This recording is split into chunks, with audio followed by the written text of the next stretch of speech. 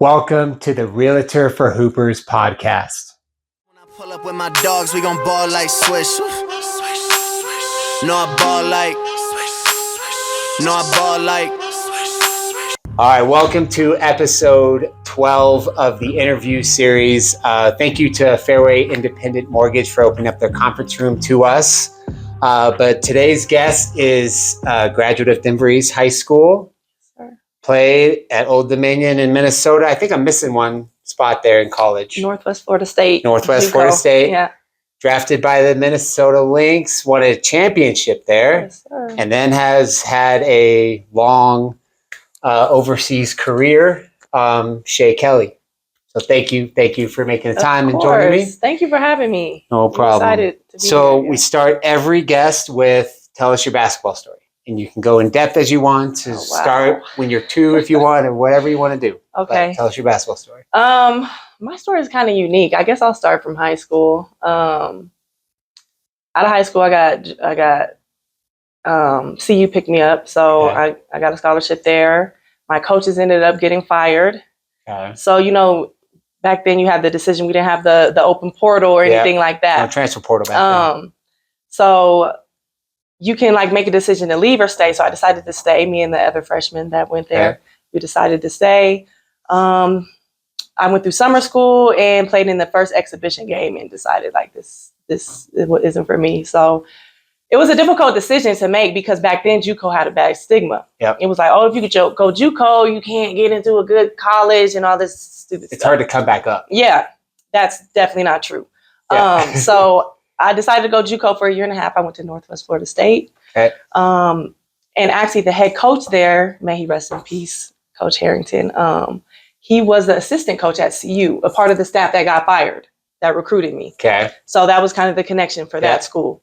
So went there for a year and a half, played very well. We went to, I think, the Elite 8 or something championship there. Okay. And then got recruited. Yeah. So I decided to go to Old Dominion University, which is a very good school. Yeah. They're one of the most winningest college programs. A lot of people don't know that. So I went there with Adrian Goodson, Coach Barefoot, so wonderful staff. Played there for 2 years. Yeah. Got Offensive Player of the Year both years. I had an incredible college career there. I think what made me leave and do a 5th year somewhere else, because I got my first year back that I transferred. It was just the whole thing that I couldn't do it in a big conference. Yep. It was the whole mid-major. She's not going to be able to play at a high level and that whole thing. So I'm always the type, I'm going to prove people wrong. Yeah. So I ended up going to University of Minnesota. Okay.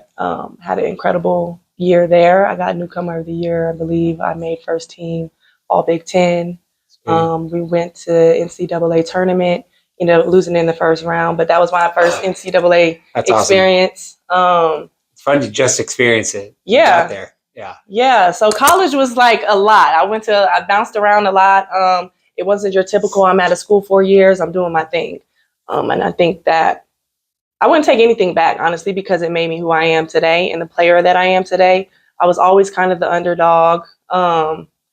Even though, I got Miss Colorado coming out of high school and things like that. But Denver was never known for a powerhouse for women. You know what I mean? We didn't have a bunch of women coming out of here and going to school and things like that. So that was I kind of had a chip on my shoulder. Yeah.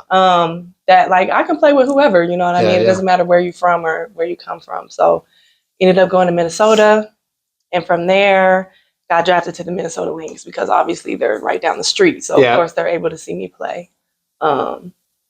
Rookie season, won a ship with them. Crazy experience. And that in itself was a crazy ride.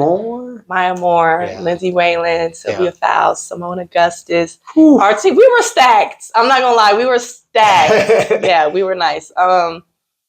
So a lot of people don't know that when I got drafted, I ended up getting cut. So I got cut after the first exhibition games ended. Okay. They ended up cutting me because I think Lindsay was hurt at the time. Okay. And they needed a point guard for those first games. They need a spot on the roster. Right. And this is the thing that sucks about the WNBA. There's just no space. Yep. there's 12 girls per roster. There's just no space. So what they ended up doing is keeping that point guard for the first, I don't know, couple weeks.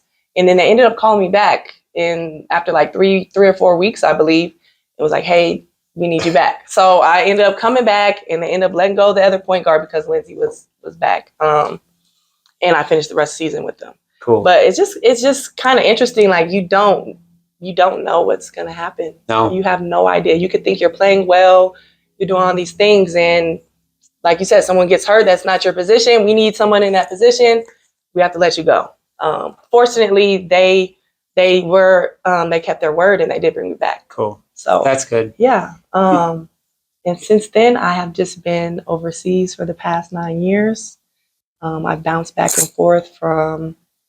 I did the WNBA for 3 years after that, and then kind of was just like, I don't want to do it anymore. So I just stuck to overseas. Yeah. But you can get paid more. Exactly. Yeah, so, that too. Yeah. So, and it's probably easier to name the countries you haven't played in. Is that fair?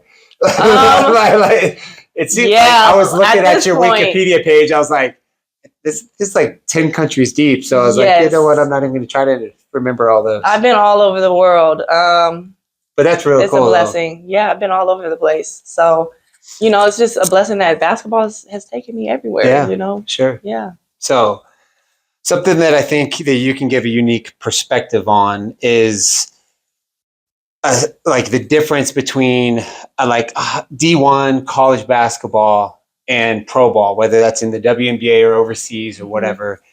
Like what's a skill, or whether it's intangible or not, that you feel like really separates those two levels? From college ball to WNBA? Yeah. So from like high level, like D1 ball to like now you got to make it in the pros, because not every, like Absolutely. We've all seen the numbers, like, so what's that?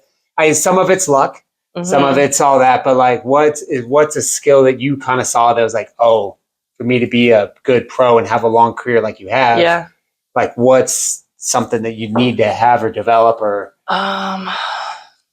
I'm kind of putting you on the spot a little bit. But. No, I think it's a few things. I'm going to start with, you have to be consistent. Okay. In the WNBA, you have to be consistent. It's, in college, sometimes you can be like, people have a rough season, they're up and down.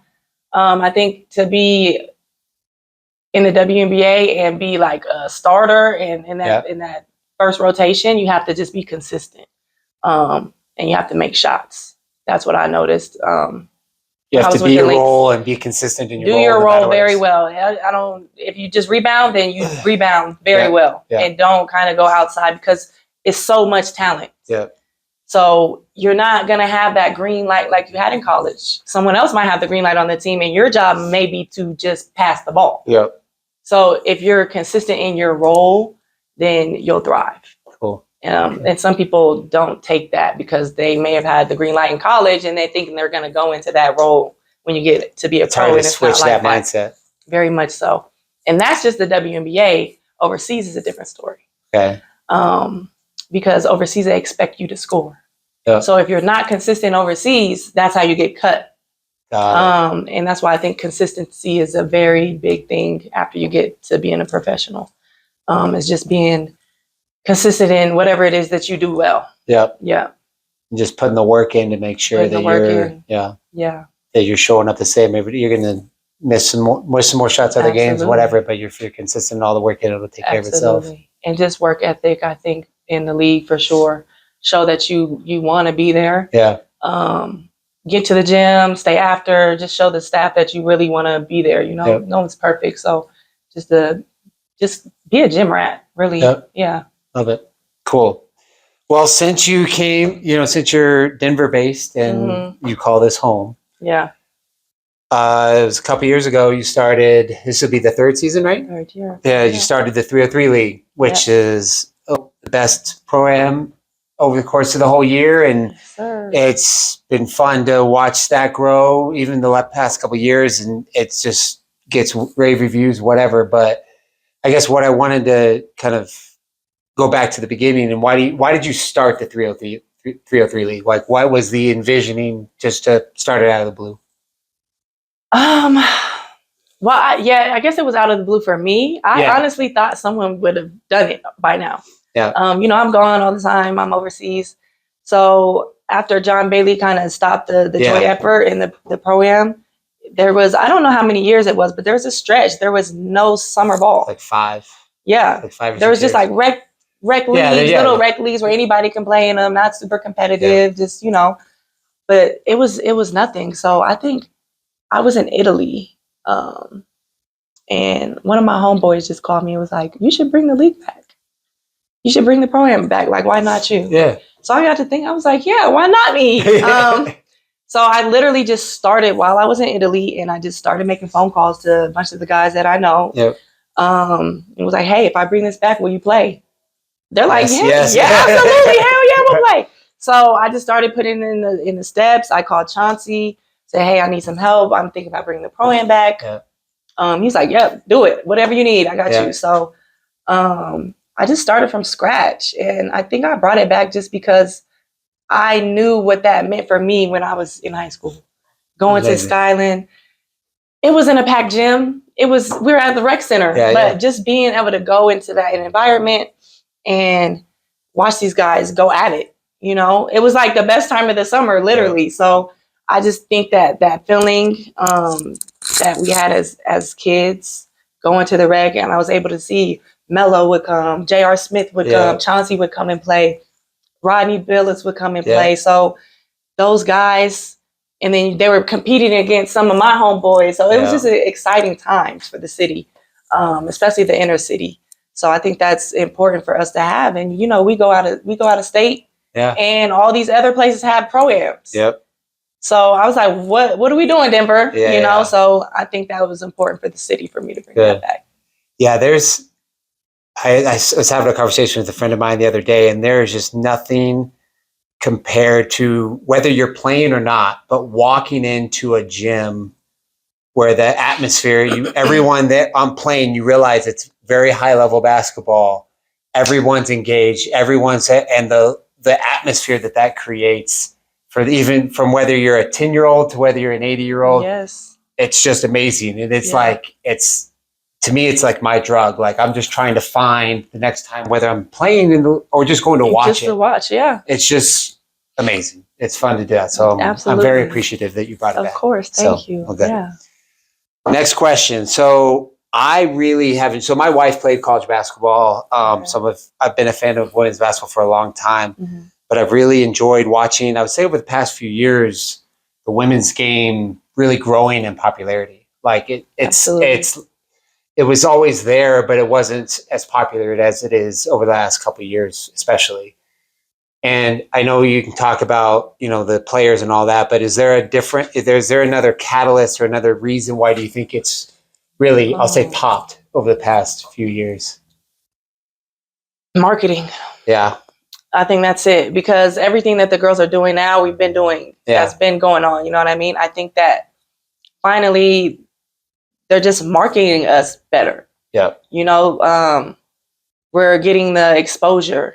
And I think that was a huge thing, that we just weren't getting the exposure. We were coming on TV in college, but it would be in the middle of the day. WNBA games be at noon on a Tuesday or something. There's no one watching that. Yeah. So I think that college has always had great following for women. Yeah. Much more so than the WNBA. But I think it's just marketing. And of course, these NIL deals have helped tremendously. Yeah. Being able to have sponsors and your name and likeness means so much. Yep. And that's how the marketing has expanded. Yep. And I think that's a big part of it, is the NIL deals. Yep. Because without those, it's still kind of the same. The fan base was always there. Yep. But it just was never the exposure. We weren't getting seen. We weren't on billboards. We weren't on TV a lot. We weren't seeing our personalities. They weren't promoting us. Yep. Now you're seeing all those things. Yep. The Caitlin Clarks, the Angel Reeses, so it's just, I love it. I love to see it. I love that it's here. I hate that it's taken so long. Oh my gosh, it's taking forever. I hate that it's taken so long, but it's finally here, and the world's able to see that, that women are a great talent. And I think because there's unfortunately so much less money in the women's game Mm-hmm. for a long time, and before NIL and before like whatever. I think it's allowing college players to realize that, hey, no, like I can make a whole entire living from basketball, where even if you got signed by the WNBA, like everybody saw, like Caitlin Clarkson get paid like 70 grand a year at the WNBA, where like she's going to make probably 7 figures off the court. Absolutely. Do you know what I'm saying? Yeah. But so when college players and high schoolers and everything see that, like with NIL, that they can go through college and then there's money being invested into women's basketball, I think it allows players to think more like pros earlier. Does that make sense? Yeah. Where like, I think if I was a women's college athlete, if I'm the 4th best girl on my team, then I'm like, well, I got to go get a job right after I graduate. Right. Because I'm not going to make anything. Yeah. You know what I'm saying? So it may, that probably, I know that still happens today and whatever, but I think it just allows the players to think more like pros earlier, which means they put a higher level of work in earlier, which means they're better players earlier. Yeah. Does that you follow me there? No, for sure. I believe that. I believe yes and no, though. Okay. I believe that you're gonna have some girls that are just gonna be like, I want to go to college so I can get me an NIL deal. Yeah. So I can make some money. Yeah, yeah. We didn't have that. We really loved the game. Yeah, yeah. You know what I mean? So you're gonna have both. You're gonna have people who like, I really want to put in the work because I want to be great and I want to be able to have these deals and these sponsorships and everything like that. And you're gonna have the girls that really love it and I think maybe put in more work because they know they can make good money. Yeah. You know what I mean? And I think that's key. Because think about it, when we were coming up, we were just playing because we absolutely love it. And I knew like, okay, I'm not going to make millions of dollars playing basketball as a woman. Nope. Now you can. Yeah.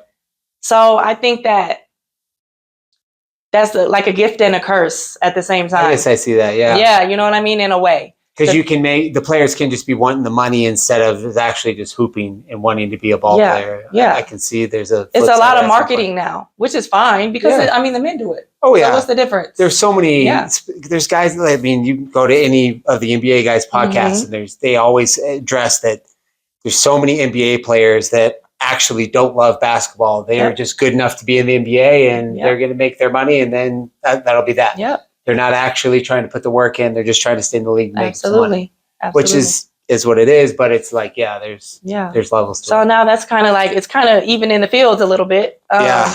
Which I love though. I love that we can start making more money doing the thing that we love to do. You know, I love that.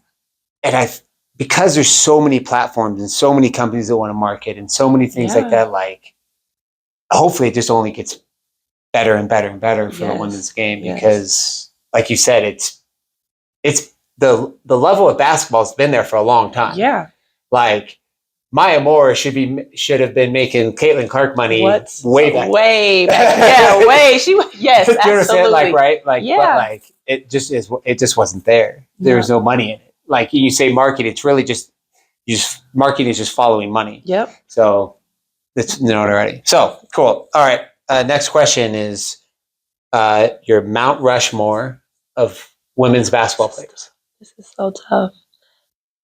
And I will debate with you. Can I have two different ones? There's 4 faces. It's fun. It's not like you haven't done this before. So hard. I know, but it's very hard because it's like my generation, and then there's like I have to put Cheryl Swoops on there. Okay. Cheryl Swoops. Oh my goodness. Maya Moore is there, hands down. Oh, this is rough for me. Okay, so I'm gonna go Cheryl Swoops, Maya Moore. I'm gonna have to go Lisa Leslie. This last one is very tough. For me, I'm gonna go Candace Parker. Wow, I like it. Okay, so we only differ on one. So again, with all of these things, like everybody thinks like you hated this person because you left them off. It's never that case. It's never that. It's just so hard for 4 people. You Yeah. just have to pick. So the only person that I always like to see Cheryl Miller, and I would take off Cheryl Swoops. Okay. Because Cheryl Miller for me was the first where I'm like she could hoop with guys and be completely fine.